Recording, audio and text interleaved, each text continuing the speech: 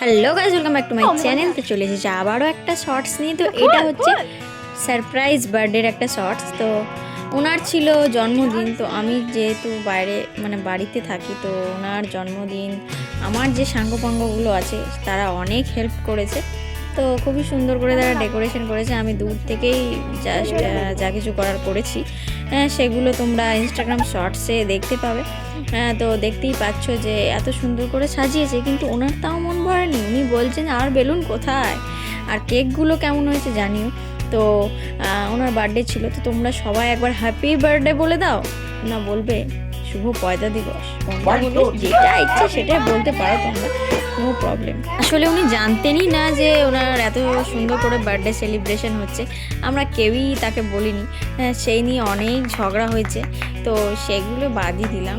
তবুও যে উনি সারপ্রাইজটা হয়েছেন এটা শুনে আমাকে একটু ভালো লাগলো। আর আমিও ছিলাম কলিংয়ে, তো তোমরা দেখতেই পাচ্ছ। আর উনি কেক দেখেই অবাক, ওই কিউট পাড়া কেকটা দেখে উনি বলছেন কাটতেই চাইছি না আমি, এত সুন্দর হয়েছে। তো যিনি কেকটা দিয়েছেন তাকে অসংখ্য ধন্যবাদ। আমি যেহেতু অনলাইন মারফত সব কিছু করেছি, তো আমাকে উনি কেক দেননি, আমাকে লাস্টে কেক দিয়েছেন। ভাবুন কত বদমাস।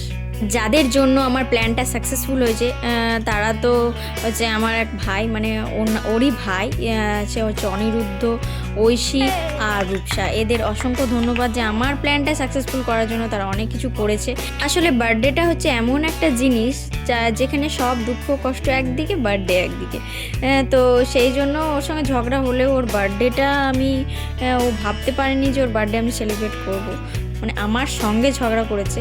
তো সেটা অবশ্য পরে উনি পস্তিয়েছেন, সেটার জন্য আমাকে খুব ভালোই লেগেছে। সারপ্রাইজটা হচ্ছে এমন একটা জিনিস যেটা সবার কপালে জোটে না। তো আমার সবাইকে দিতে ভালো লাগে। তো তোমরা কে আমার মতো নিচে কমেন্টে অবশ্যই জানিয়ে দাও। তো ওয়ান্স অ্যাগেন হ্যাপি বার্থডে। তোমার প্রত্যেকটা বছর সুন্দর স্মৃতি আর ভালোবাসাময় হয়ে উঠুক। Bye bye.